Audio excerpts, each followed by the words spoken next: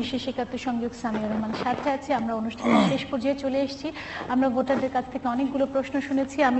আমি আসলে আমাদের মেয়র প্রার্থীদের কাছ থেকে খুব সংক্ষেপে যে আজকে যে আলোচনা হলো সেটার বেসিসে আপনারা মেয়র নির্বাচিত হলে কোন প্রতিশ্রুতিগুলো রাখবেন, বা এখান থেকে দুটো বা তিনটি বা একটি প্রতিশ্রুতির কথা বলুন সংক্ষেপে। আমি যদি আপনাকে দিয়ে শুরু করি।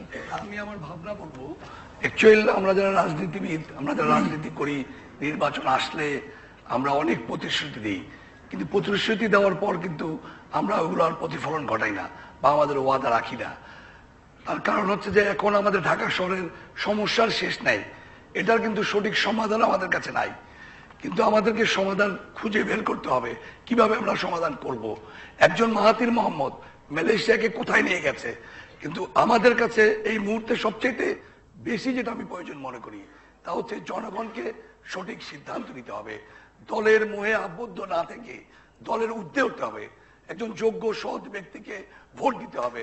যদি সৎ ব্যক্তি এই মুহূর্তে একজন সিটি কর্পোরেশনের মেয়র হতে পারে, আপনি জনগণের কথা বলছেন, আমি অ্যাকচুয়ালি আপনার প্রতিশ্রুতির কথা জানতে চাচ্ছি।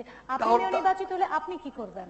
আমি যদি মেয়র নির্বাচিত হই তাহলে আমি যে প্রতিশ্রুতিগুলো দিয়েছি, যে সন্ত্রাস, চাঁদাবাজ, মাদক মুক্ত সমাজ ব্যবস্থা করা, গ্যাস, পানি, ড্রেনেজের স্বাভাবিক যাতে চলাচল মানুষ পায়, নির্বিচ্ছিন্ন সংযোগ পায়, সেটার ব্যবস্থা করব।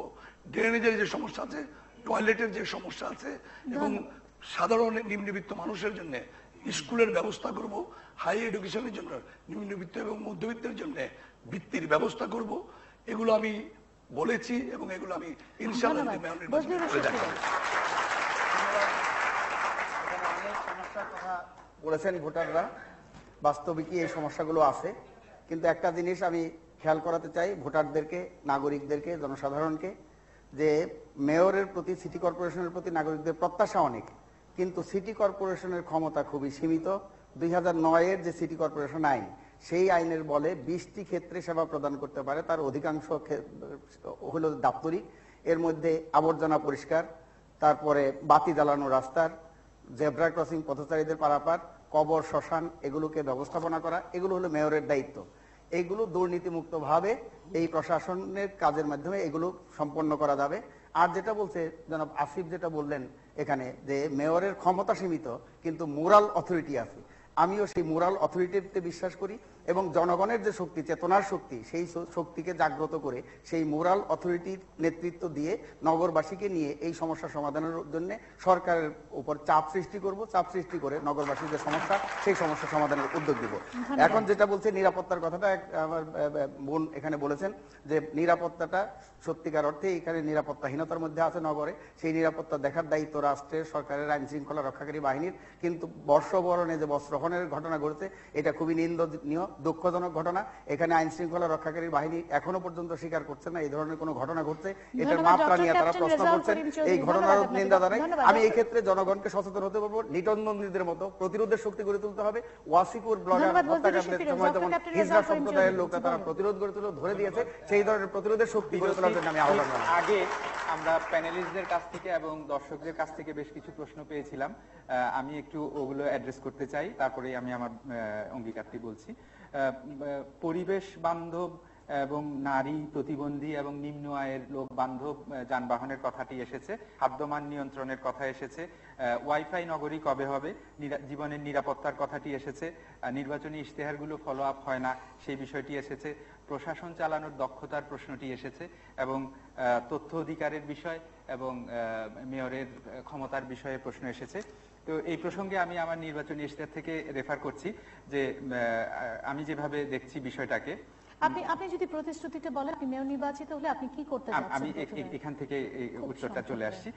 ঢাকা দক্ষিণকে ওয়াইফাই নগরী করা সহ গুরুত্বপূর্ণ জায়গায় সিসিটিভি ক্যামেরা স্থাপন, পর্যাপ্ত অগ্নি নির্বাপন ব্যবস্থা ও ডিজিটাল নগর পরিকল্পনা, দুর্যোগ ব্যবস্থাপনা উন্নয়নে পদক্ষেপ নেওয়া। আরেকটি জায়গায় আমি বলেছি বাজার মনিটরিং এবং খাদ্য মান পরিদর্শনের ব্যবস্থা। আরেকটি হচ্ছে যে বুড়িগঙ্গা, শীতলক্ষা সহ নদী জলাশয় দখলমুক্ত পুনরুদ্ধার করে ঢাকার পরিচিত প্রাণকে দূষণমুক্ত, পর্যটন বান্ধব, অর্থনৈতিক জোন হিসাবে গড়ে তোলা, সবুজ বেষ্টনী তৈরি, পরিবেশ সংরক্ষণ উন্নয়নে পদক্ষেপ গ্রহণ।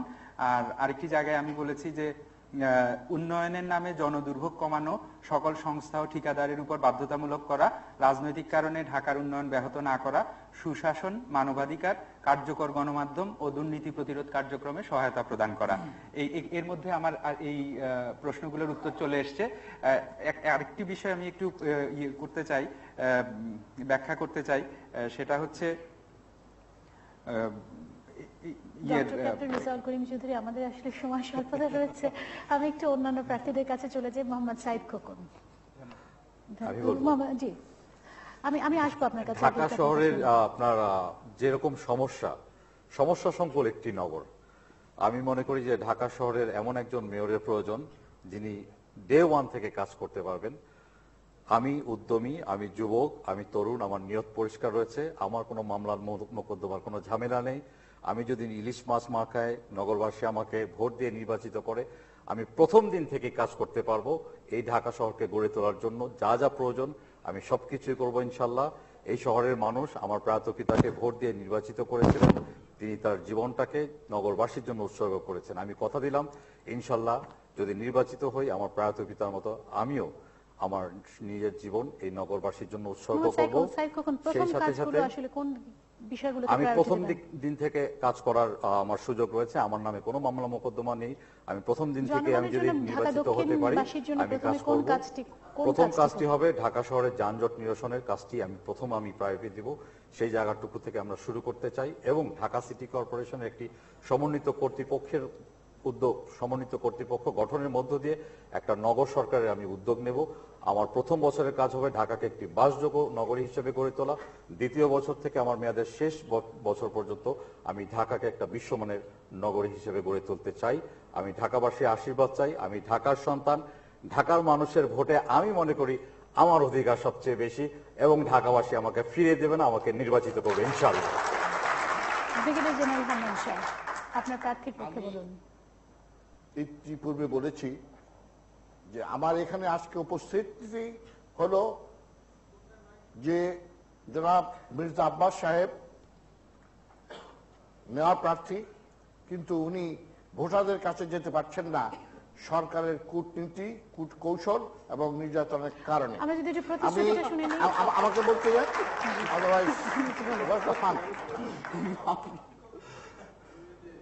জনাব খোকন সাহেব এবং অন্যান্য যারা প্রার্থী আছেন তাদের বিরুদ্ধে মোকদ্দমা নাই, মোকদ্দমার প্রশ্নটা আসা উচিত ছিল না।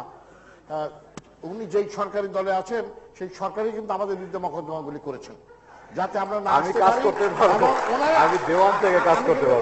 আপনার সময় এবং ওনারা নির্বিঘ্নে প্রচার কার্য চালিয়ে যেতে পারেন, কিন্তু সেটা হচ্ছে না। জনগণ আমাদের আবেদনে সাড়া দিচ্ছেন, সেই কথা এখানে আমি বলতে চাই না। কি করণীয় একজন প্রশ্ন করেছেন, জবাবদিহিতা কিভাবে হবে।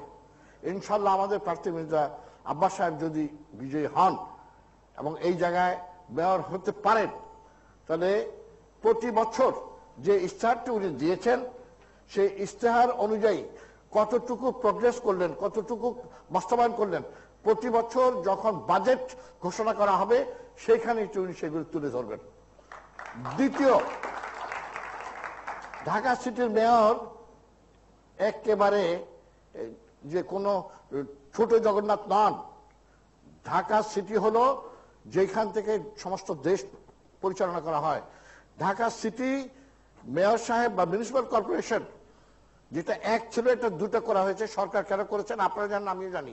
কিন্তু এটা করার ফলে কি হয়েছে, যে অফিসগুলি আছে সেখানে বিভিন্ন রকম বিভ্রান্তি আছে।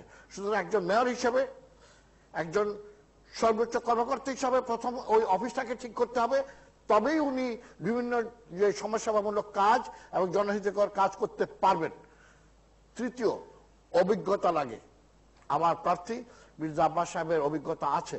উনি যেমন একবার মেয়র ছিলেন, আবার উনি খোকন সাহেবের বাবার কাছে, ঢাকার জনগণ খোকন সাহেবের বাবা জনাব হানিফ সাহেব, যিনি আমার ছোটকালের বন্ধু ছিলেন, আমি মালিকটোলার মানুষ, এখানে আধা মিনিট, সেইখানে ওনার কাছে পরাজিত হয়েছিলেন, কিন্তু আবার ঢাকার জনগণই ওনাকে ভোট দিয়ে মেয়র এমপি বানিয়েছিলেন এবং উনি মন্ত্রী হয়েছিলেন এবং সফল মন্ত্রী ছিলেন। সফল মন্ত্রী ইনশাল্লাহ আগামী দিনে যদি আপনারা ভোট দিয়ে তাকে মেয়র বানান, তাহলে অবশ্যই উনি সফল মেয়র হিসেবে ঢাকাবাসীর যত প্রত্যাশা আছে নির্বাচন ইশতেহার উনি বাস্তবায়ন করতে সক্ষম হবেন। আপনাদের সবাইকে অসংখ্য ধন্যবাদ। আমি 1 মিনিট বলি যে 30 সেকেন্ড দিতে পারবো, আমি খুব বেশি হলে 30 সেকেন্ড দিতে পারবো। এই যে একটু এখন আর সময় নেই, আপনি 30 সেকেন্ড পাবেন। যে আমি আবারও বলছি যে অভিজ্ঞতার যে বিষয়টি যখন এসেছি, ওনার কাজের সুযোগ ছিল, ঢাকার মেয়রও ছিলেন। আমি একবার সুযোগ চাচ্ছি কি, ঢাকার মেয়র যখন ছিলেন যতটুকু করতে পেরেছেন না পেরেছেন আপনারা দেখেছেন, আপনারা ভালো জানেন। আমাকে একটাবার যদি সুযোগ দেন, আমি উদ্যমী, আমি তরুণ, আমি যুবক, আমি ডে 1 থেকে কাজ করব ইনশাল্লাহ। ঢাকার নগর হিসেবে গড়ে তুলবো ইনশাল্লাহ। আমাকে অনুষ্ঠান শেষ করতে আমার ভাই খোকন যেভাবে বলেছে তার শুধু এক অধিকার না। এখন আমি 32 বছর এই ঢাকা শহরে রাজনীতি করি এবং ওই শহরে আমার জন্ম, ওখানে আমি থাকি। খোকন ভাই আবার ওখানে থাকে না, এই জন্য অধিকার সবার আগে আমার। তার কারণ আমাকে আমার ঢাকার মানুষ, আমার ঢাকার ভাই বোনরা। নির্বাচনী প্রচার এখানে আর না করি।